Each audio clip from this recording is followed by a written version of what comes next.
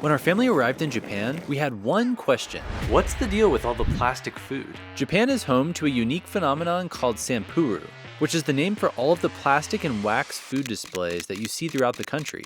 We spent a week running around Tokyo, taste testing foods and comparing them to their plastic counterparts, ordering entirely in Japanese without knowing a word, and trying our hand at making our own Sampuru model. After touching down in Tokyo and failing to beat the jet lag, we struck out at first sunlight to see if this plastic food we'd seen and heard about was as ubiquitous as we expected. Turns out, it is. It's everywhere, on every corner, and in the front displays of almost every restaurant along the streets. We've seen foreigners make fun of Americans in sitcoms for having pictures on menus, as if the inability to visualize food through words makes you an unsophisticated rube. We didn't find that Sampuru was confined to tourist restaurants. In fact, it's all over the city, and not just in Tokyo, but in Kyoto, Sapporo, Nagasaki, all over the country. It's not just Japanese food either. They've got Italian Sampuru, American Sampuru, and of course a whole host of noodles, sushi, tempura, and other Japanese staples. We took to Kappabashi-dori, the restaurant supply district of Tokyo, to try to understand these plastic food models a little bit better. Kappabashi Street sells everything a restaurant could need, from pots and pans to dishes and knives. It's an incredibly dangerous place for people who love to cook, as every shop has something that you could see or use in your home. We didn't let ourselves get distracted though. We were here for the Sampuru shops. Restaurants in Japan pay big money to have their dishes replicated for their storefront displays. This man on Kappabashi Street runs the retail shop for his father-in-law's Sampuru business. They sell fun little tourist souvenirs, but their primary business is replicating the dishes for restaurants. He talked us through the process of making a basic tempura shrimp Sampuru, which uses PVC injected into a precast mold, which is then hand painted. It's a big investment that restaurants make, and it usually says something to customers about what they can expect. Realistic looking Sampuru means higher quality food, whereas cheap mass-produced displays may signal more of a fast food type establishment. Iwasaki BI is the largest supplier of Sampuru in Japan, and with a market share of 60%, they're the definition of mass production, the opposite of the family-owned business that we had just experienced. Iwasaki is proudly the oldest large-scale Sampuru business in Japan, and it dates all the way back to its founding in Osaka in 1932. Iwasaki operates a retail shop on Kappabashi Street, flush with souvenirs and the largest cheeseburger known to man, or at least to us. We sought out this shop specifically because they offer these little kits that allow anyone to try their hand at making a Sampuru display. Our little ones perused the shop, deciding between bento boxes, sushi, and eventually landing on a noodle dish. We bought our kit and would proceed to lug it all around Japan before finally making it together at a house in Okinawa, weeks later. After staring at Sampuru food for hours, we were all ravenous and ready to try some real food in Tokyo. And our goal was to compare the Sampuru displays to the actual dishes delivered to our table. After a quick stop at the Sensoji Temple, and some photo requests with our little ones, we stopped by our first restaurant to choose our order based on the Sampuru displays. We went for the Szechuan spicy noodles and the gyoza, which were quickly delivered to the table. We were pretty impressed initially, and we thought that they might have spent a little bit more on their displays as the broth color and all the toppings seemed spot on. But the standout for us was the replication of the finishing chili oil on top, which seemed like a solid match for both the color and the sheen. Our 3-year-old approved. Oh. After accidentally burning our daughter's mouth with the broth. Is it hot? And can you blow on it? Yeah, I'm gonna blow on it for you, baby, don't worry. Maybe one. It's not spicy at all. Is it hot? Baby, I don't think that it is, but you seem to think that it was. So lean over and eat it on the bowl. Here you go, take a bite. Yummy? Good. Probably the best broth I've ever had in my whole life. Absolutely delicious. I think the dish actually looked better in person than the plastic food version, but they did well. On a different day in the Shinjuku ward, after visiting a free observation deck in a building poetically named Tokyo Metropolitan Government Building No. 1, and after a brief visit to the children's park below, we took to another restaurant to compare its Sampuru models to the real food. We scoured the offerings, but landed on this combo plate of soba noodles and tempura shrimp, with zero English signage or ordering options. We were left attempting to memorize the symbols in the storefront display.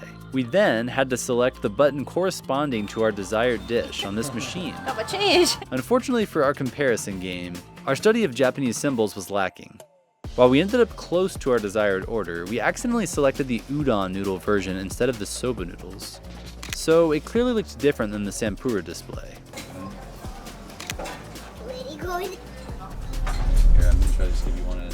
It was all a hit to us, and after traveling for 6 more weeks in Japan, we did get a little bit fatigued of noodle dishes. But here, only a couple of days into our trip, we were still in the honeymoon period, where all noodle dishes were devoured with haste. We were a little shaken after our misinterpretation of the Japanese language, and still wanted to seek out a soba noodle dish since we'd already tried some ramen and udon. We found a hole-in-the-wall place inside Tokyo Station one afternoon. It was bustling with businessmen on their lunch break, with most opting to eat standing as they slurped their noodles. This place lacked Sampuru displays, opting for digital photos, certainly the more modern and economical way of visualizing food, and our only goal was to navigate the all-Japanese menu successfully, using pictures this time instead of the colored buttons that had led us astray at the last place. Within minutes, we were chowing down on our 3rd bowl of noodles, and our first soba.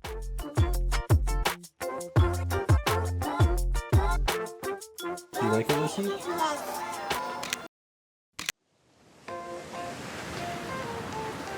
Fast forward a few weeks, and we found ourselves staying on the island of Okinawa in this traditional Japanese house featuring this tatami mat dining area that would serve as our craft table. All right, it has been about 5 weeks. I have been carrying around what was in a box, and I officially ran out of room in my suitcase full of plastic food ingredients. I put them in a bag now, so this is our bag. We are making fried noodles today, or at least plastic food that is supposed to resemble fried noodles. We thought that this one particularly might be a little bit more challenging and fun because it has the movement of the chopsticks picking up the noodles as opposed to just being a stagnant plate. You've been pretty excited about this actually, haven't you? Does that look like plastic food to you? Yes, it does. Are we gonna make something out of Can this? I take out some stuff?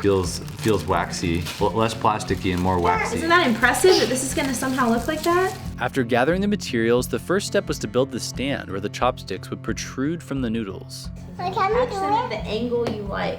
I like it. I think it looks like a very convincing It looks sticking like position. Yeah, okay. So now we need to prepare some hot water. Heat us some water to the tea kettle. Next, we had to heat some water. We poured it into a bowl and added in the food pieces. Hot water is used to soften up the pieces before they're cut with scissors. The water ended up being a little too hot and started to melt the lettuce pieces too aggressively. Grab me the scissors. Taylor snipped the lettuce, peppers, and carrots into different shapes and sizes. Okay, Oz, here's our carrot strips, okay? Can you do those in piles for me? After the extra parts had been cut and prepared, Those are the cabbage pieces? These are the cabbage.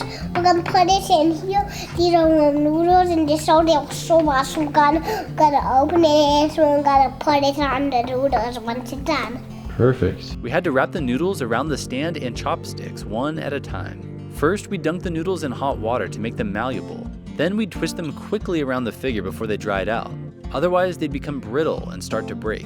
Dry really fast. Ah, they're breaking. Okay, hang on. It took a while, but eventually the noodles built a base and successfully obscured the chopstick stand. Next, the girls helped place the vegetable pieces one by one onto the noodle stack. The final touch was to delicately use Q-tips, our solution to a missing paintbrush, to paint on the milky brown paint that would serve as the sauce. We used all of the paint and ultimately thought that we needed more of the sauce to be compelling, but we only had what the kit provided. The dish cured for a couple of days, and the end result had a darker, slightly more natural looking sauce.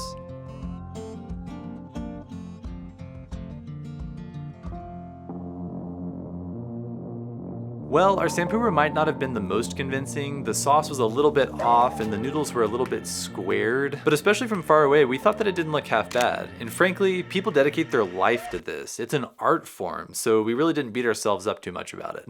Our whole family loved exploring Sampuru in our time in Japan. Since we introduced the concept to the girls so early on in the trip, they became fixated on it, and it became kind of a fun game for our whole family to play I Spy as we were in different cities to see who could point out the storefront displays first.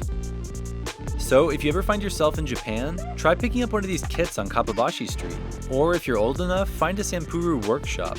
It's a unique way to expose yourself to something that is such a fixture of Japanese culture. But above all, for us, it was a wonderful way to have a hands-on activity for our two little ones while exploring such a whimsical cultural phenomenon. Where are we? What? Where are we?